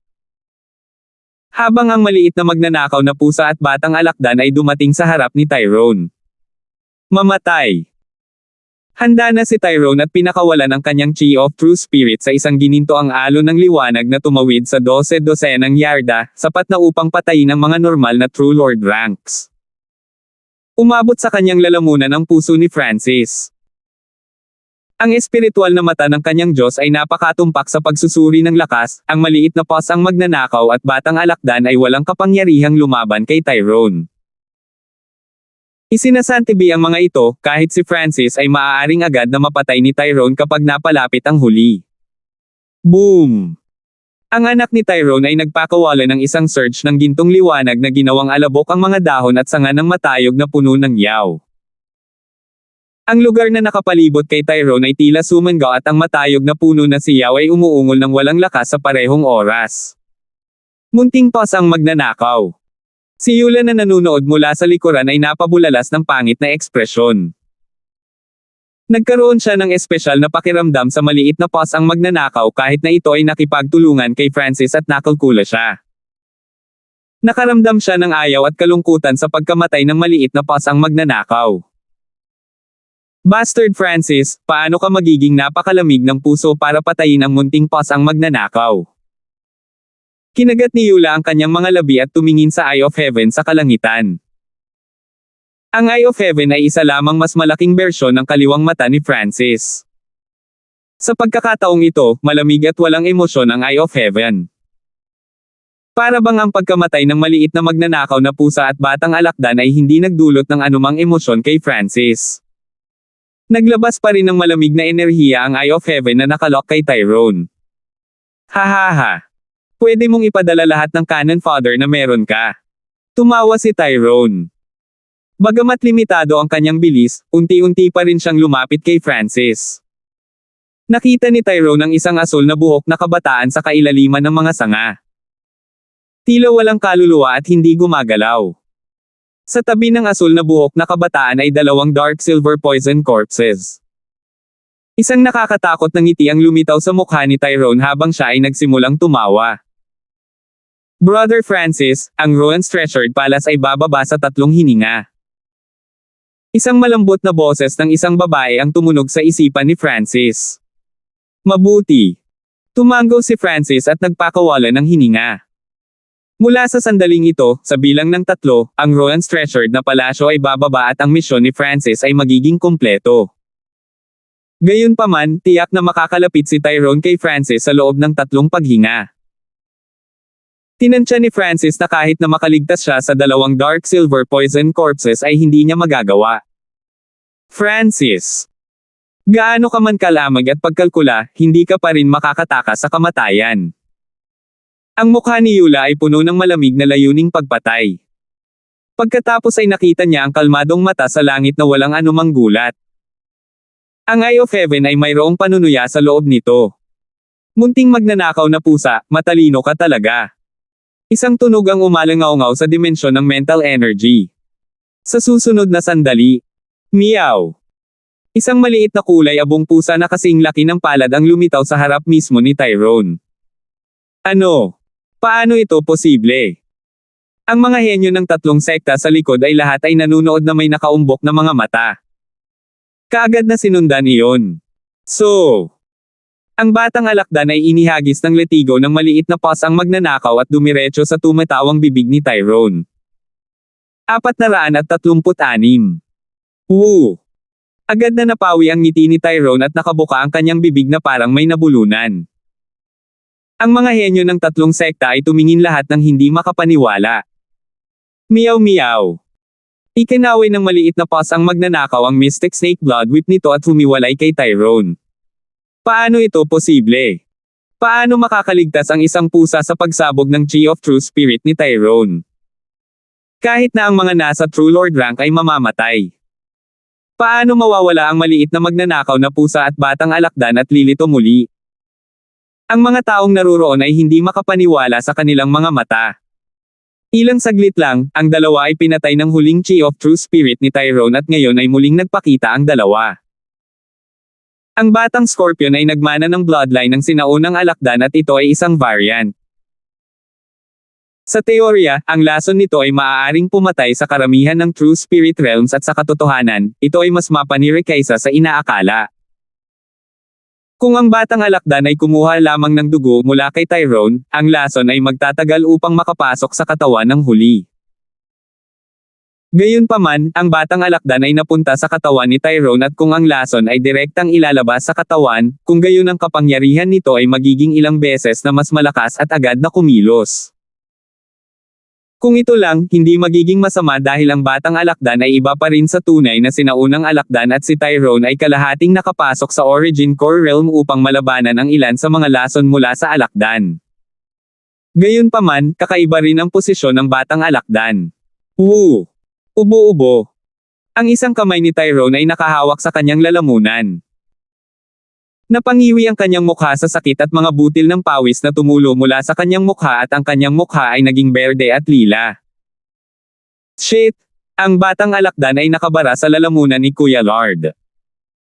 Bulalas ng ilang disipulo mula sa Pure Moon Spiritual Sect. Nang marinig ito, lahat ng mga henyo mula sa 3 sekta ay natigilan. Ang mga organo at ang lalamunan ay lahat ng mahahalagang punto para sa parehong mga eksperto sa True Spirit Realm at Origin Core Realm. Kapag ang mga organo o lalamunan ay malubhang nasugatan, kahit na ang mga nasa True Lord rank ay mamamatay at ang batang alakdan na ito ay ganap na nakatusok sa lalamunan ni Tyrone. Ang paglabas ng lason sa lalamunan ay higit sa 10 beses na mas mapangwasak kaysa sa balat. Kuya Lord. Nagbago ang ekspresyon ni Eula nang siya ay naging isang bahid ng liwanag ng buwan na mabilis na tumakbo patungo kay Tyrone. Nanginginig ang figure ni Tyrone sa hangin at ang kanyang mga mata ay puno ng puot at layuning pumatay. Mamatay. Nagawa niyang i-circulate ang kanyang Chi of True Spirit at itinulak palabas ang maliit na paws ang magnanakaw. Meow meow. Ang munting paws ang magnanakaw ay tila handa para dito at nawala ng walang bakas. Ang mata sa ulap ay napuno ng pangungutya. Eye soul shooting line. Ang Eye of Heaven ay naglabas ng isang sinag ng malamig na liwanag na tumama sa katawan ni Tyrone. So, gamit ang pagkakataong ito, ang maliit na paws ang magnanakaw ay nawala sa mga sanga ng matayog na puno ng yaw. Magandang trabaho. Bumalik ang kamalayan ni Francis sa kanyang katawan at mahinang ngumiti na may maputlang mukha. Napakaganda ng pagganap ng munting paws ang magnanakaw noon at pinilit nito si Tyrone sa isang sitwasyon ng buhay at kamatayan. Sa sandaling ito, ang lason sa katawan ni Tyrone ay nag-activate at naging sanhi ng pagkapasma ng kanyang katawan. Kuya Lord. Si Eula ang unang dumating at sinuportahan si Tyrone. Pagkatapos nito, lumipad si Willa at ang iba pa at pinalibutan si Tyrone. Nakahinga lang si Tyrone ng 2 hanggang 3 hininga bago nahimatay. Kasunod ni Li Hong, ang pangalawang True Lord rank ng Pure Moon Spiritual Sect ay nahimatay at sa pagkakataong ito ang pinakamalakas na True Lord rank, si Tyrone. Ang lahat ng ito ay ginawa ng asul na buhok na kabataang tagalabas. Francis, pinatay mo ang napakaraming disipulo kabilang si Yulo at maging sina Brother Lee at Brother Lord ay nasugatan. Hindi ka pakakawalan ng Pure Moon Spiritual Sect. Napakagat si Eula sa kanyang mga labi na nagsimulang magdugo at ang kanyang mukha ay nabaluktot dahil sa napakalaking layunin ng pagpatay. Gayunpaman, nasa isip pa rin ni Eula na tiyaking hindi siya apektado ng bloodline ng mata ni Francis. Sa totoo lang, ang pakikipaglaban ng ganito katagal ay naubos ang halos lahat ng enerhiya ni Francis at hindi siya nang ahas na gamitin ng sobra ang kanyang bloodline. Ang Eye of Heaven ay binawi na. Tao, ang iyong pagpapakita ay nagulat sa akin. Bagamat higit sa kalahati ng aking Wood Spirit Essence Soul ay nagamit na, maswerte pa rin akong nakaligtas. Ang matayog na puno na si Yao ay nagpakawala ng hininga. Pagkatapos ng matinding labanang ito, nanalo si Francis at ang matayog na puno na si Yao. Sa sandaling ito sa oras. Isang mahinang panginginig ang umalangaw-ngaw mula sa itaas ng Towering Tree Yao at isang parang panaginip na ambon ang nagsimulang mamuo sa puwang ng Towering Tree Yao. Umalangaw-ngaw sa himpapawid ang tunog ng musika at sa ilang paghinga lamang ay nagsimulang mabuo ang isang purple na palasyo. Nagbigay ito ng liwanag na nagbibigay liwanag sa kalangitan at ulap. Iyon ay ang mga puso ng mga henyo mula sa 3 sekta ay nanginginig habang sila ay nakatitig sa namumuong purple na palasyo. Gwyn's Treasured Palace. Ang lupang pamana ng Purple Knight Saint Lord ang Rohan's Treasured Palace. Ang lahat ng mga henyo ay nagpakita ng labis na kagalakan. Huang. Ang purple na ambon ay perpektong bumaba sa puwang ng Towering Tree Yao at isang masamang asul na buhok na kabataan ang nakatayo sa harap mismo ng puwang na siyang pasukan ng Purple Saint Treasured na palasyo. Siya. Ito ay isang plano. Tiningnan ng 3 sekta ang eksenang ito at gustong samuka ng dugo. Parang hinihintay ni Francis na bumaba sa kanyang harapan ang Purple Saint Treasured na palasyo. Magkita tayo mamaya. Isang malamig na ngiti ang lumitaw sa bibig ni Francis habang ang kanyang figure ay dumaan sa ambon at nawala. Ang hitsura ng Purple Saint Treasured Palace ay napakaikli. Mabilis. Si Willa ang unang lumipad sa himpapawid at patungo sa ambon. Sa totoo lang, bumaba ang Rohan's Treasured Palace para protektahan ang Towering Tree Yao at hindi ito mawawala.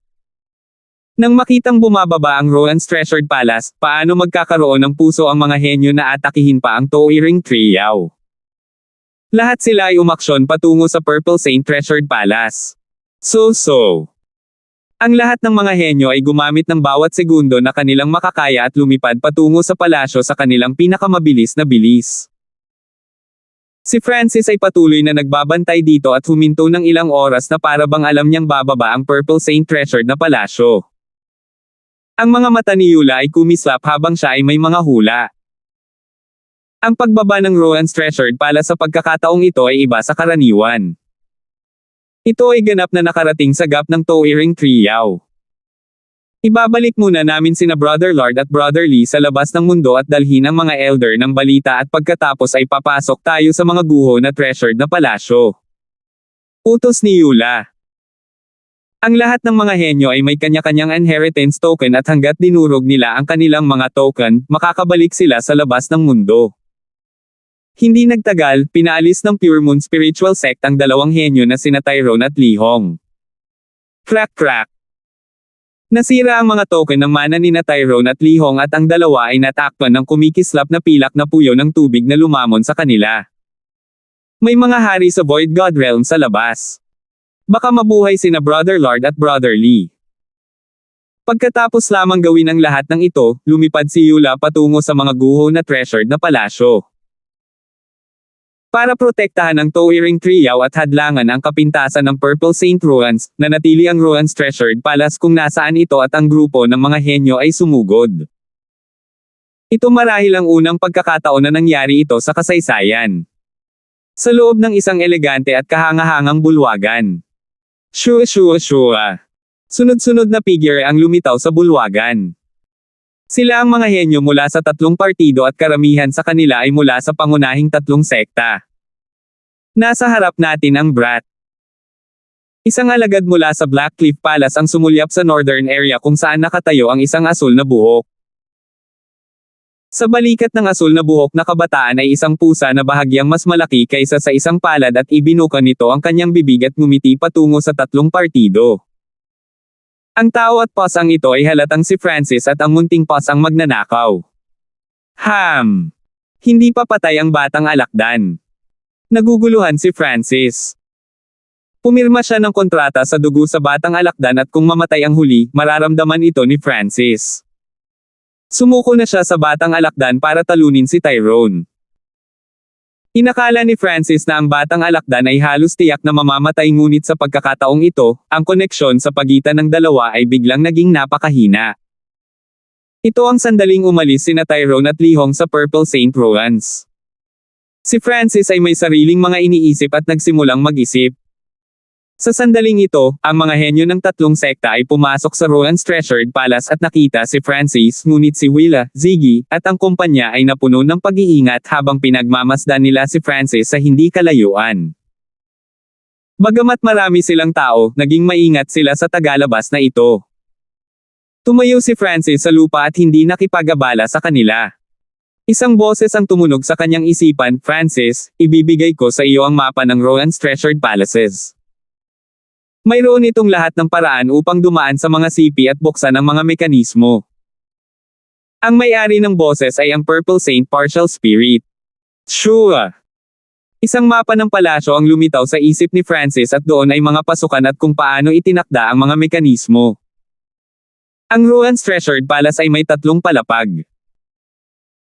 Ang unang palapag na 10,000 Imagery Treasured Palace, ay naglalaman ng mga kasanayan, martial arts, geografiya at mga pamana na tinipon ng Purple Knight Saint Lord sa paglipas ng panahon at maihahambing sa mga normal na pamana. Ang pangalawa ay ang Legend Treasured Palace, na naglalaman ng mga pamana o mga sandata ng Legend Per, na kumakatawan sa ikatlong palapag ng Treasure Place. Naglalaman ng sariling mana ng Purple Knight Saint Lord at naroon si Angelica.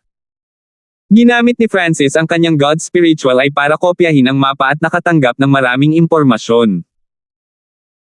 Ang kanyang mga pandama ay hindi limitado sa Purple Saint Ruins at ang kanyang God Spiritual ay nakakakita sa pamamagitan ng mga bagay. Ngayon ay mayroon na rin siyang mapa ng Ruins Treasured Palace at ang mga bundok ng isang isla sa walang limitasyong karagatan.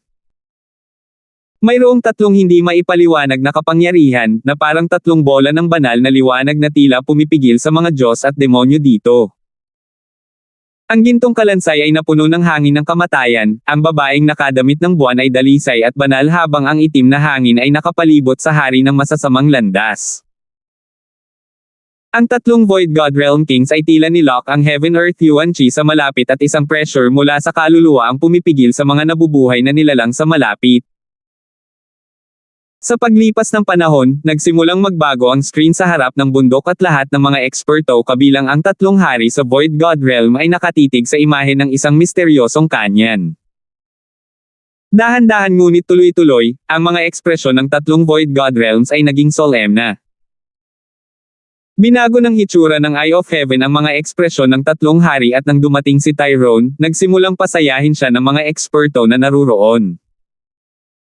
Gayunpaman, pagkatapos ng labanan sa Eye of Heaven at sa mahimalang kakayahan ng maliit na magnanakaw na pusa, hindi alam kung buhay o patay si Tyrone at bumaba ang kapaligiran. Ang maliit na pasang iyon ay may talento na spatial escape. Kung hindi ako nagkakamali sa pagkakataong iyon, nagtago ang pusa sa loob ng interspatial ring ni Tyrone. Ang gintong kalansay at ang Wicked Path King ay nagkatinginan ng may pagtataka. Pagkatapos ng lahat, ang dalawang ito ay nasa Void God Realm at may mga hula sa pamamagitan lamang ng pagtingin sa isang malabong imahe. Nalasan si Tyrone at hindi alam ang kanyang estado. Ang babaeng nakasuot ng buwan ay nakakunot ang mga kilay na may pag-iingat. Bagamat hindi niya disipulo si Tyrone, ang talento at potensyal ni Tyrone ay talagang kabilang sa pinakamataas sa Pure Moon Spiritual Sect. Malaking kawalan para sa sekta kung mawawalan sila ng ganitong henyo. Ang gininto ang kalansay at ang Wicked Path na hari ay nagulat at natutuwa. Sa sagupaan na iyon sa misteryosong kanyan, ang Pure Moon Spiritual Sect ay nawala ng maraming True Lord ranks at ang mga nasawi sa Moon Demon Palace at Blackcliff Palace ay mas kaunti. Pagkaraan ng ilang sandali, ang mga imahe ng screen ay biglang naging malabo at baluktot. Gwyn's Treasured Palace. Bulalas ng isang pares ng mga eksperto na naruroon. Ang Rohan's Treasured Palace ay eksaktong dumaong kung saan naroon si Francis. Kaagad na sinundan iyon. Sure. Sina Tyrone at Lihong ay pinabalik sa labas ng mundo sa himpapawid sa itaas ng mga bundok. Nagbago ang ekspresyon ng babaeng nakasuot ng buwan nang makita niya sina Tyrone at Lihong. Malinaw na ang sitwasyon ng dalawang True Lord ranks ay nakakaramdam pa nga siya ng bahagyang problema. Iligtas mo muna si Chenny. Bahagyang winuwagayway ng babaeng nakasuot ng buwan ang kanyang kamay at bumalot kay Tyrone ng isang arko ng makinang na pilak na liwanag ng buwan. Woo! Napaungol si Tyrone sa sakit kahit na wala siyang malay. Diretso pagkatapos nito. Isang batang alakda na kasing laki ng palad ang pinigilan sa isang kinang ng pilak na liwanag ng buwan at dumapo sa kamay ng babae na nakasuot ng buwan. Sino ang nakakaalam kung anong paraan ang ginamit ng tiyahin ng Diyosa na nakasuot ng buwan para ilabas ang alakda na nasakaw sa lalamunan ni Tyrone? Ang batang alakda na ito ay isang bihirang sinaunang pagkakaiba-iba ng hayop. Ang babaeng nakasuot ng buwan ay pinaghigpitin ng batang alakdan pagkatapos ay naglabas ng isang kristal na bote at nagtapon ng isang patak ng likido sa katawan ni Tyrone. Sacred Spirit Purifying Liquid. Ang gininto ang kalansay at ang Wicked Path King ay bahagyang nalipat. Matapos gamitin ang Sacred Spirit Purifying Liquid, ang lason sa katawan ni Tyrone ay agad na naalis at nakatakas siya sa banta ng kamatayan. Nang magising si Tyrone, sinabi niya ng detalyado ang sitwasyon. Kung hindi ako nagkakamali, alam ni Francis ang oras kung kailan bababa ang Rohan's Treasured Palace. Mukhang ang pinakamasamang sitwasyon ang nangyari. Ang Purple Saint Partial Spirit ay nakapili na ng tagapagmana. Ang tagapagmana ay maliwanag na isang tagalabas. Ang mga ekspresyon ng tatlong Void God Realm Kings ay naging mas solemn na. Malinaw na hindi si Francis ang tagapagmana ng Purple Saint Rohan's dahil hindi muna siya pumasok sa palasyo at naghintay ng mahabang panahon. Hindi mahirap hulaan na tinutulungan ni Francis ang tagapagmana ng Rohan's at pinagsasama ang kapintasan ng mga guho. Ang pinakamasamang resulta ay ang Purple Saint Rohan's ay maaaring lumipat ng mga may-ari. Hindi natin kailangang mag-alala masyado. Kung hindi makapasok ang inheritor sa Origin Core Realm sa loob ng 10 taon, hindi talaga nila makokontrol ang Rohan's. Malalim na sabi ng Golden Skeleton. Pagkatapos ng lahat, ang Purple Saint Rohan's ay isang singular na dimensyon at isang true spirit realm cultivator ay hindi ganap na mapino at makontrol ito kahit na sa tulong ng Purple Saint Partial Spirit. Tama, kailangan lang ng ating tatlong sekta na subukan at sayangin ang enerhiya ng Purple Saint Partial Spirit at pagkatapos maubos ang lahat ng enerhiya nito, maaari nating salakayin ang Purple Saint Rohan's nang walang anumang kahirapan. Ngumiti ang lalaki ng masasamang daan. Naramdaman na ng tatlong hari ang pagbabago ng Purple Saint Rohan's at may sarili silang mga hula na hindi masyadong malayo sa katotohanan. Ang pagkakataon na maabot ng isang maliit na True Mystic rank ang Origin Core Realm sa loob ng 10 taon ay napakababa. Kahit si Tyrone ng aking sekta ay hindi nagawa iyon. Bahagyang ngumiti ang babaeng nakasuot ng buwan. Ang pagkakaiba sa pagitan ng True Spirit Realm at Origin Core Realm ay parang bangin na naghihiwalay sa langit at lupa. Halimbawa, ang Canopy Great Countries na 8 pangunahing puwersa ay may hindi mabilang na mga eksperto sa True Spirit Realm at ilang True Lord ranks, ngunit kahit na ang isang bansang ganito kalaki ay hindi nakagawa ng Origin Core Realm sa loob ng nakaraang daang taon. Mula dito, makikita ang kahirapan nito. Kahit na sa maalamat na 2 star na sekta, ang bilang ng Origin Core Realms ay kakaunti at ang kapanganakan ng alinman ay karapat-dapat na ipagdiwang. Higit pa rito, hindi tulad ng wala kaming anumang mga bakas din. Ang mga mata ng Diyosa na nakasuot ng buwan ay kumislap. Ang iba pang 2 hari sa Void God Realm ay lumingon sa tiyan ng Diyos ang nakasuot ng buwan. Hindi umimik ang tiyan na nakadamit ng buwan at sa halip ay binuhat ang batang alakdan. Kaya ganyan. Naunawaan ng gintong kalansay at masamang landas si King. Ang bakas ay ang batang alakdan. Dahil ito ang espiritual na alagang hayop ni Francis, ang dalawa ay may koneksyon sa pagitan nila. Ang sinaunang variation beast na ito ay palalakihin ng Pure Moon Spiritual Sect. Kung mas malakas ito, mas malakas ang koneksyon nito sa Francis na iyon. Kapag sapat na ang mga pandaman nito, makikita pa natin kung nasaan siya. Sabi ng Diyos ang nakadamit ng buwan at iniligpit ang batang alakdan. Kasabay nito, sa isang eleganteng bulwagan sa loob ng Purple Saint Rollins. Dumating si Francis at ang mga disipulo ng 3 sekta. Ang mga disipulo ay nag-iingat kay Francis at hindi siya inatake. Sa katotohanan, pagkatapos ng labanan, si Francis ay naubos ng maraming enerhiya at hindi nang ahas na gamitin ng labis ang espiritual na mata ng Diyos. Sa loob ng dimensyon ng kanyang kaliwang mata, ang nagyayelong lawa ay umabot ng hanggang 9 na yarda ang lapad at umabot sa isang bottleneck. Naramdaman ni Francis na kapag ang nagyayelong lawa ay lumampas sa 10 yarda na marka, ang espiritual na mata ng Diyos ay maaaring sumailalim sa isa pang pagbabago at hindi maisip ni Francis kung anong mga pagbabago ang mangyayari. Sure! Kumalas ang Yin Shadow Cloak at nawala ang figure ni Francis. Tanging si Willa at isang maliit na bilang ng True Lord ranks ang bahagyang nakakita kung saan nagpunta si Francis. Kahit na ang Francis na ito ay hindi gumagamit ng kanyang eye bloodline, ang kanyang lakas ay mas malakas kaysa sa normal na True Lord ranks. Ang mga disipulo ng 3 sekta ay nagpakawala ng hininga. Lahat ay kumilos ayon sa nakikita nilang angkop. Ang mga figure ni Willa ay kumikislap pati na rin siya patungo sa northern exit. Ang target niya ay si Francis.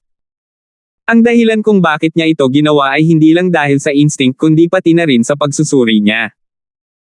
Ang pagsunod kay Francis ay maaaring magresulta sa mga hindi inaasahang benepisyo. Sinusundan ako ng sisiw na ito at hindi ako pinapaalis. Wala siyang anumang palatandaan ng anumang layuning pumatay. Lumipat si Francis sa masalimuot na bulwagan sa pamamagitan ng pagsunod sa mapa ng Purple Saint Treasured Palace ngunit hindi pa rin niya maalis si Willa. Ang lakas ni Willa ay maihahambing kay Eula at mas malakas ba siya kaysa sa Deputy Patriarch ng Iron Blood Religion. Kung wala ang Wood Spirit Essence Soul, hindi nang ahas si Francis na gamitin ng sobra ang spiritual eye ng Diyos at hindi sapat ang kanyang lakas sa pakikipaglaban para matalo siya. Di nagtagal pagkatapos mawala sina Francis at Willa, pumasok si Eula sa Purple Saint Treasured Palace. Sa paglipas ng panahon, parami ng parami ang mga henyo na pumasok sa Purple Saint Treasured Palace. Hindi lang sila mula sa 3 sekta kundi mga henyo din mula sa ibang mga angkan na nasasakupan ng 3 sekta. Kahit ang 3 Void God Realm Kings ay hindi makita ang sitwasyon sa loob ng Purple Saint Treasure Palace. Makalipas ang ilang araw. Sure. 2 henyo mula sa 3 partido ang lumabas mula sa Purple Saint Treasured Palace. Kapag sila ay pinalabas mula sa Purple Saint Treasured Palace, sila ay lalabas sa mga guho. Ang mga henyong ito ay nagtatampo at nabigo. Ang Ruan's Treasured Palace ay nahati sa 3 palapag. Karamihan sa mga henyo ay gumagalaw lamang sa 10,000 imahe na palapag na siyang unang palapag. Kung makakahanap sila ng angkop na mana, ang 10,000 Imagery Treasured Palace ay puno rin ng kayamanan. Nangangahulugan ng 10,000 imagery na makakahanap ang sino man ng angkop na mana. Sa labas ng mundo, sa mga bundok. Sure. Paminsan-minsan, isa o dalawang henyo ang ipapadala.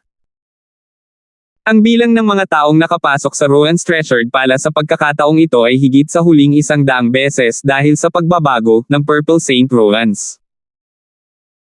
Ang tatlong hari sa Void God Realm ay mahigpit na nagmamasid sa pagbabago sa Purple Saint Rowans at halos ganap na nakatitiyak na ang Purple Saint Rowans ay may tagapagmana na nagpapadalisay sa espasyong ito. Kapag may lumabas na henyo, tatanungin sila ng tatlong Void God Realm King ngunit wala ni isa sa kanila ang nakakita kay Francis pagkatapos pumasok sa Rowan's Treasured Palace. Sa isang kisap mata, 2 buwan na ang lumipas. Matatapos na ang Purple Saint Rowans at karamihan sa mga henyo ng tatlong sekta ay naipadala na. Tanging si Eula, Will at isang maliit na bilang ng mga henyo, pati na rin si Francis, ang hindi pa naipadala. Kung ipapadala si Francis, lilito ba siya sa Tianlo Islands o babalik sa pinanggalingan niya? Biglang may naisip ang Moon-robed Goddess Tia. Pagkatapos ng lahat, ang mga henyo na pumapasok sa Purple Saint Rowans ay lahat ay may kanya-kanyang inheritance token samantalang si Francis ay wala. Sa puntong ito ng panahon. Azure Flower Continent, Sacred True Dragon Gathering. 2 buwan na ang lumipas at ang paminsan-minsang pagkislap ng liwanag ay lilito sa arena, na kumakatawan sa pagbabalik ng isang henyo. Sa isang tiyak na pagkakataon, isang sinaunang Azure na pinto ang lumitaw sa mga ulap. Ito ang aura ng Heaven Legacy Inheritance. Bulalas ang siyam na soberano at mga eksperto ng kontinente. Sure! Isang kabataan ang lumabas sa pintuan ng Heaven Legacy Inheritance. Ang kanyang cultivation ay umabot na sa unang yugto ng True Lord rank. Trevor. Nagkaroon ng kaguluhan sa gitna ng mga manunood, ngunit ang mga elder ng 10,000 Origin Clan ay may mga pangit na ekspresyon dahil nakapasok na rin si Wu Heng sa Heaven Legacy Inheritance ngunit ang huli ay hindi lumabas. 438. Ang hitsura ni Trevor ay nakakuha ng atensyon ng buong Sacred True Dragon Gathering. Siya ay pumasok sa pinakaluma at mahiwagang Heaven's Legacy Inheritance. Higit pa rito, si Trevor ay isang kababalaghan na napigilan ang 2 tuloy-tuloy na Sacred True Dragon Gathering. Walang makakagalaw sa kanyang posisyon at iilan lamang tulad ni Francis ang may kakayahang labanan siya. Ang Heaven's Legacy Inheritance ay talagang karapat-dapat na ipamuhay ayon sa pangalan nito. Sa loob lamang ng maikling 2 buwan ay nakalusot si Trevor mula sa pinakamataas na True Mystic rank hanggang sa unang yugto ng True Lord rank. Ang lakas ni Trevor ay hindi nasusukat at malamang na mas malakas kaysa sa True Lord ranks ng mas matandang henerasyon. Nadama ng mga eksperto sa matatandang henerasyon ang matinding pagbabago sa aura ni Trevor. Ang mga mata ni Trevor ay maliwanag at tila namumukod tangi sa kalangitan. Ang malakas na layunin mula sa kanya ay naging dahilan upang hindi makatingin sa kanya ng diretso ang ibang True Lord ranks. Ang 9 na sovereigns ng Sacred Alliance ay umaasang tumingin kay Trevor. Kahit na ang mga sovereign na ito ay walang masyadong pagkakataon na makapasok sa Heaven's Legacy Inheritance noong panahon nila. Napigilan na ni Trevor ang kanyang cultivation bago ang Sacred True Dragon Gathering kaya isang maliit na sorpresa lang para sa kanya na naabot niya ang maagang yugto ng True Lord rank. Ngumiti si Sovereign Xingchen at umilo sa harap ni Trevor. Ang pag-unlad na ito sa cultivation ay hindi maihahambing sa ngunit ang isang taong makapasok sa Heaven's Legacy Inheritance ay malinaw na hindi maaaring maging normal. Trevor, napakalaking kapalaran na para sa iyo na makabalik ng ligtas mula sa Heaven's Legacy Inheritance. Ano pang mga benepisyo ang nakuha mo? Pinapahalagahan ni Xingchen ang mga gantimpala ni Trevor. Mayroong 3 pangunahing gantimpala na maaaring makuha ng isa mula sa pagbabalik mula sa mga mana. Ang una ay isang kasanayan sa pamana na mula sa isang tiyak na pamana o eksperto.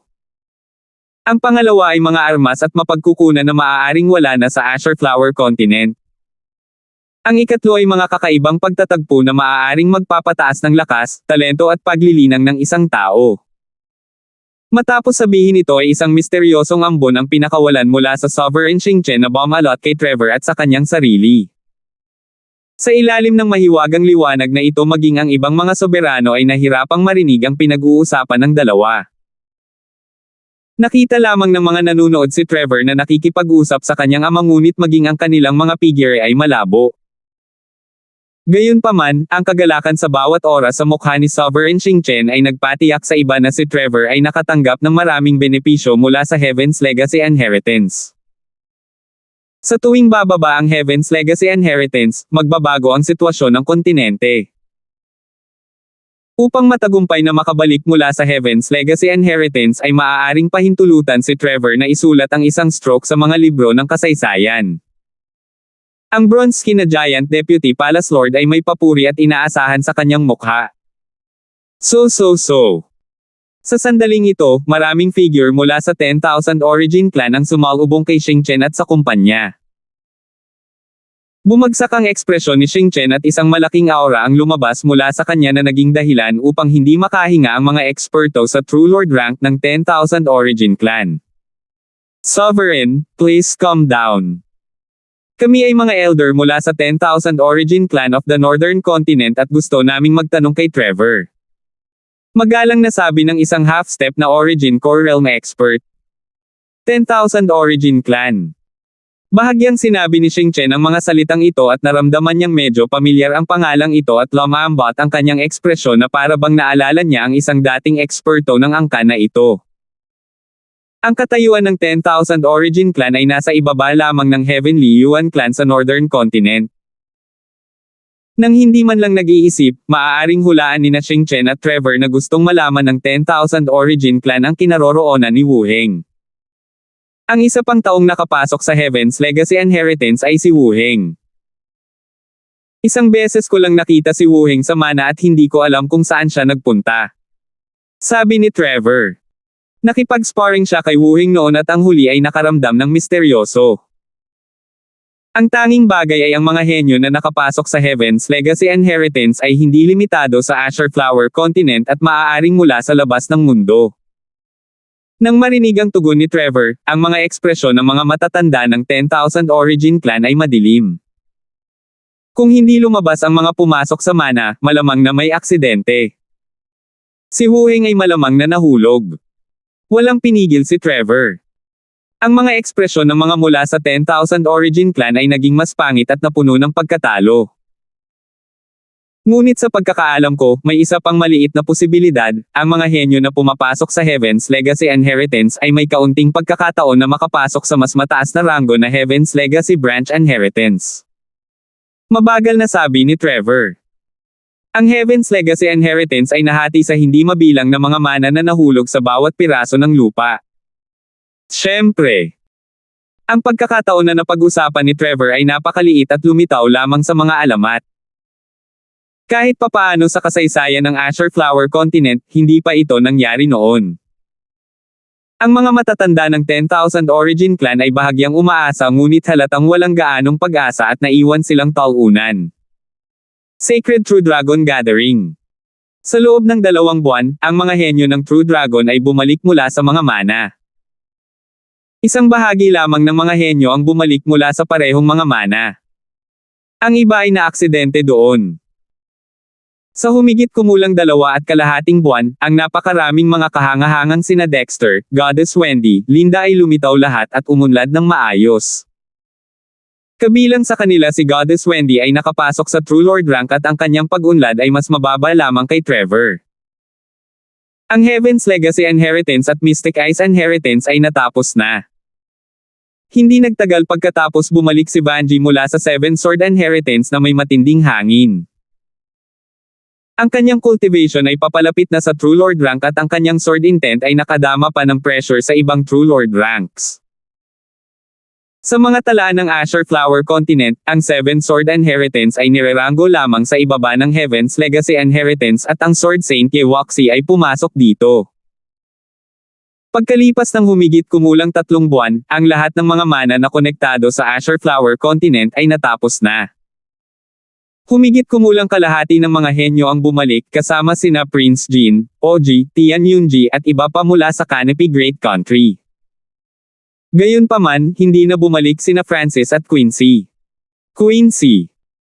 Sa isang sulok ng Sacred True Dragon Gathering the Flooding Lake City, nakakunot ang mga kilay at puno ng pag-aalala. Ang inheritance na pinasok ni Quincy ay hindi isang major inheritance kundi isang kakaibang, kay Saint Chin inheritance, na napakabihirang. Siya lang ang nag-iisang mula sa Sacred True Dragon Gathering na pumasok sa pamana na ito.